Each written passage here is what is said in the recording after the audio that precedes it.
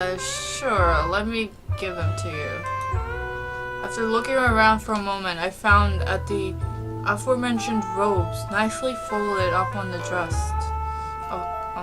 My heart skipping a beat as I took a hold of them and turned toward the screen to hand them over, musing softly.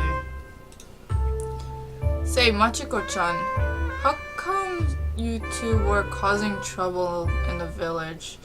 You two don't look like bad people to me. Well, it's a touch complicated. Meiko was researching a spell she wanted to perform, one that would allow us easier access to certain things we need. And one of the ingredients was made in silk. The only silk I could think of was, well, you experienced firsthand earlier. Made in silk?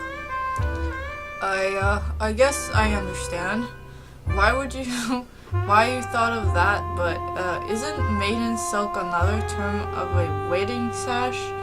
It is in my world, at least. As I said, the woman appeared around the side of the screen. I never knew that. What did you not know, Nisama?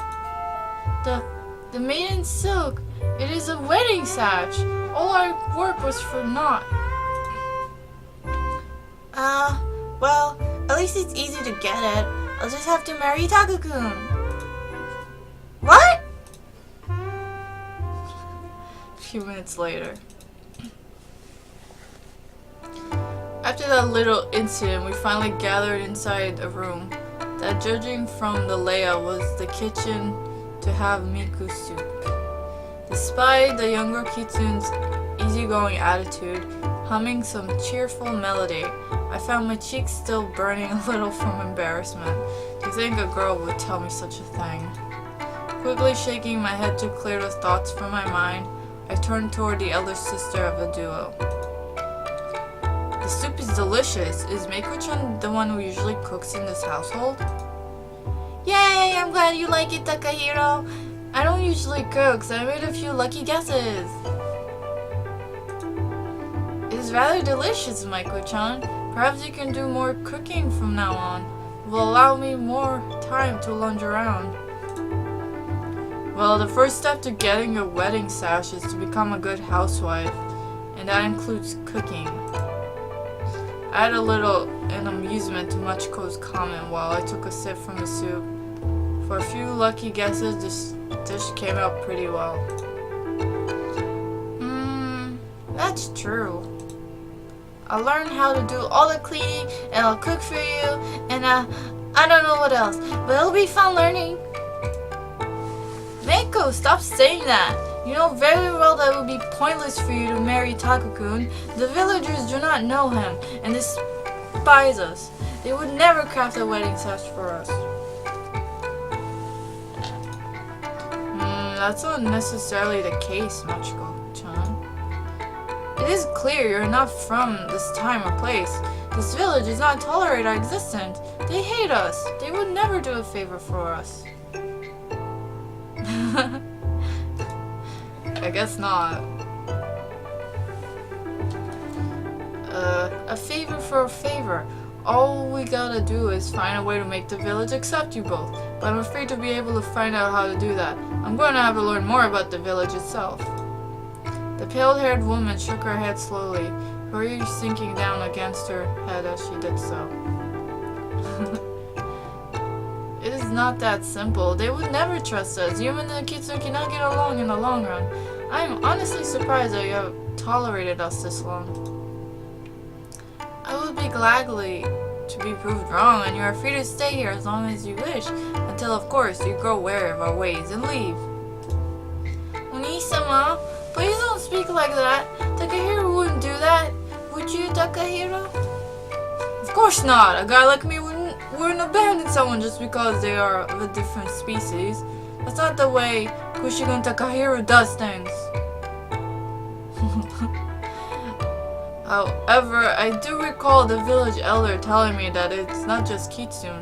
Humans and spirits have been on bad terms for as long as they can remember.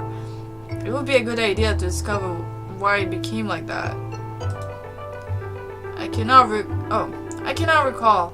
This isn't much information that is concealed even to someone like me. Most spirits keep themselves these days. There are one or two exceptions, such as Tsuyuri, a strong spirits who come and go as they please, but mostly they stay to their world. We cannot. We are stuck in the human world for better or worse. Huh? I never even knew that. Even I'm learning stuff now. Well, since Tsuyuri is said to dwell in a shrine within this forest, we could visit her for some ideas. No! We do not need to go see her. Absolutely not. No! I don't want to go see Tsuyuri. I don't want to go. I was slightly taken aback by the childish way of speaking that Machiko suddenly used. It almost reminded me of when I used to be told I would have to visit the doctor as a child, complaining and throwing tantrums along the way. But she's the only one who would be able to provide the answers we seek. I do not want to go. Tsuyuri is a fiend, and I dislike the idea of spending time near her. She can't be that bad, and if anything happens, I'll protect you. But fine. If it really means that much to you, I will show you the way to the shrine, but you will enter the grounds alone. I don't want to go anywhere near her. You're on your own there, Takahiro. Can I come, Uni-sama? Absolutely not. I forbid it. You're not to come with us under any circumstances, Meiko. Okay, Uni-sama. I'll stay here. Like you said, I'll be here in the mansion. All alone. Unprotected. All by myself. Who knows what might happen to me? I could get trapped under a bookcase and die. Or sleep over a banana peel and die. Or get bored and die of boredom. Because I'll be super duper bored sitting here alone in the same place I sit inside day in and day out.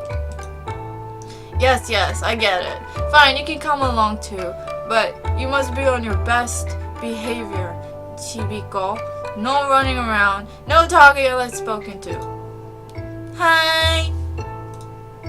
Still, despite the cheerful exclamation Meiko, I couldn't help but wonder what happened between Machiko and Tsuyuri for her to react so strongly.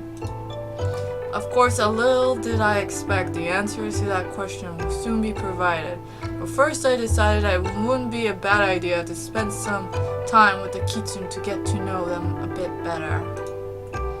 Well, I do got 2 weeks till I got to be back in my world, so there's no rush to meet this Tsuyuri yet. How about we do something else instead? I'm sure Machiko-chan will like the distraction. Well, anything to keep me away from that place longer is good. How about you take Maiko-chan and go fetch some dessert for us? There are oranges, apples, and a small vineyard to the rear of the mansion. And I can whip up some cream to go with them if you would like. Sure, that sounds simple enough. Let's get us some delicious food, Maiko-chan. Okay.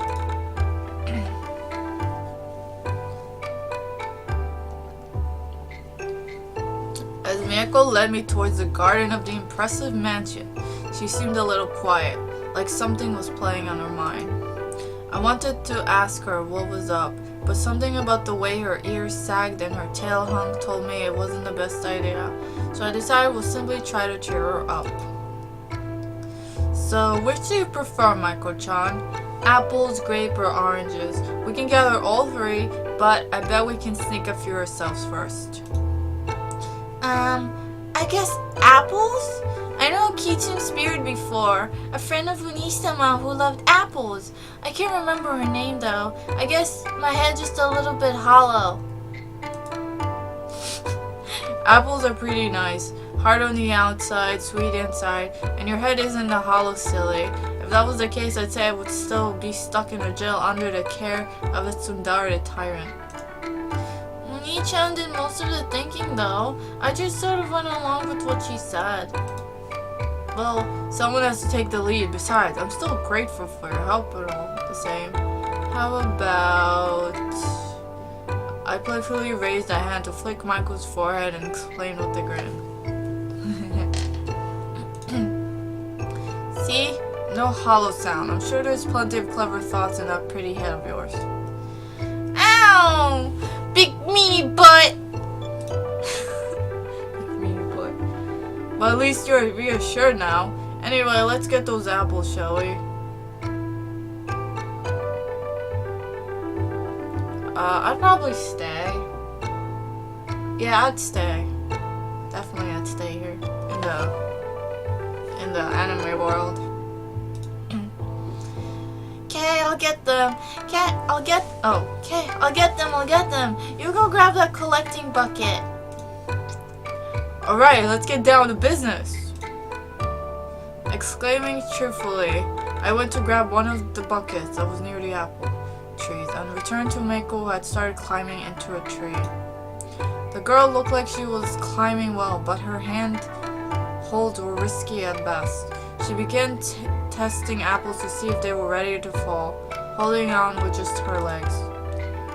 Miku-chan, be careful! You might slip! Ow!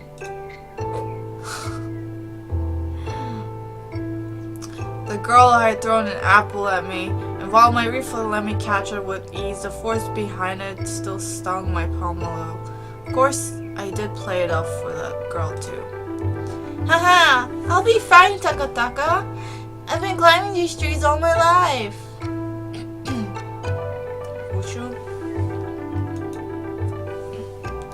Even the most experienced climbers end up getting an accident if they aren't careful. I smiled weakly at the girl's excited attitude, lowering the apple I caught into the bucket. You don't know what you're talking about! I'm a kitsune, a spirit. I won't fall. I'm super safe. Watch, I'll go for the apples near the top.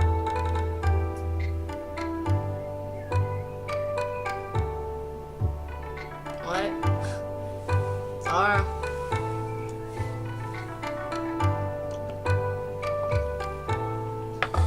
Oh, I'm acting like well, it's kind of hard to act when your throat keeps like...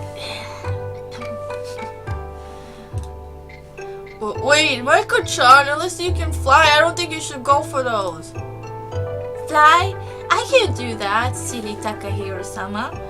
Whoever heard of a kitsune flyer? Of course, just like that expected, the moment Miku tried to reach for one of the higher apples, the girl ended up losing her footing, and with a loud cry of surprise, tumbled down toward the ground. Ouch.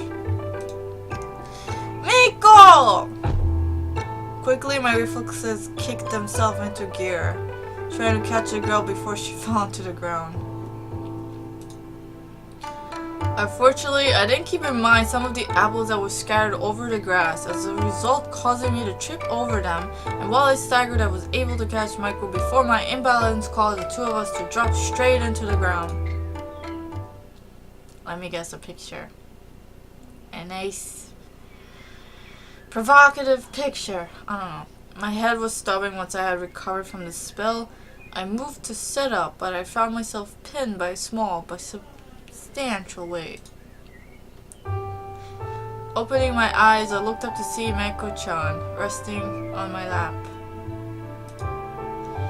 Owie! I guess I tried to reach a bit too far. Thank you, Takahiro! You saved me, and you gave me a soft, well, kinda soft and kinda hard landing. Meiko-chan, do you mind? You're crushing me. Ah, oh my gosh, Takahiro, I'm so sorry. As the younger woman began to become quite flustered, I knew how to calm her down. Gently, I tilted my legs beneath her, and she toppled forward, her head resting against my chest. Well, maybe we've learned that kitsune are just a little bit clumsy. Or maybe we've learned that Miku is just even cuter up close than I thought. Well, Takahiro, I think you're mistaking me for Nisama. Nope, I'm clearly talking about you. You have that innocent side to you that is really charming. Oh, sorry. I thought it was with narration.